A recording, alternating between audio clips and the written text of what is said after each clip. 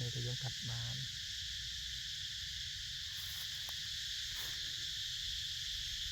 យើងកាត់ហើយយើង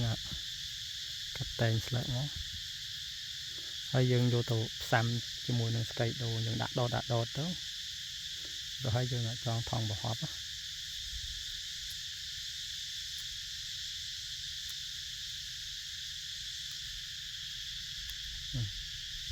តោះយើងទៅផ្សំដាក់ធូដាក់ថងអានេះយើងមកផ្សំនេះយើងធូយើងដាក់ស្កៃដូង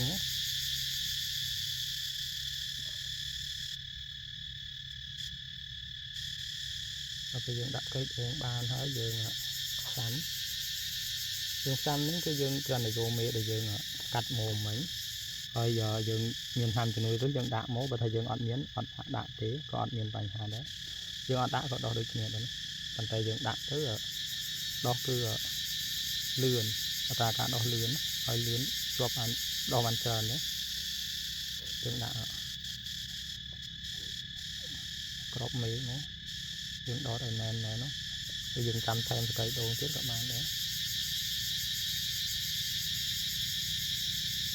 យើងដកមកយើងចាំយើងបែកក្រោយក៏បានដែរ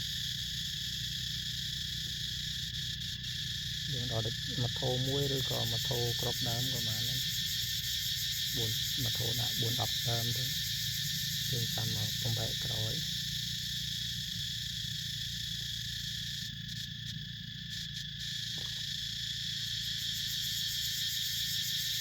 ដល់ពេលយើង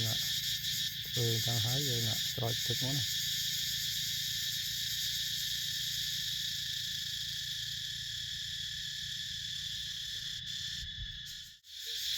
អានេះយើងយកទឹកមកស្រោចយើងស្រោចទឹកឲ្យសើមល្មម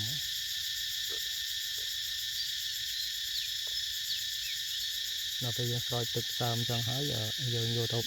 ហប់ក្នុងថង់យើងយកដាក់ក្នុងថង់ទៅក្នុងរយៈពេល1 ខែទៅ1 ខែកន្លះហើយចាប់ផ្ដើមជាប់ហើយយើងចងមាត់ថង់យើងថងមាត់ថង់ឲ្យហប់ទៅយើងដាក់ក្នុងម្លប់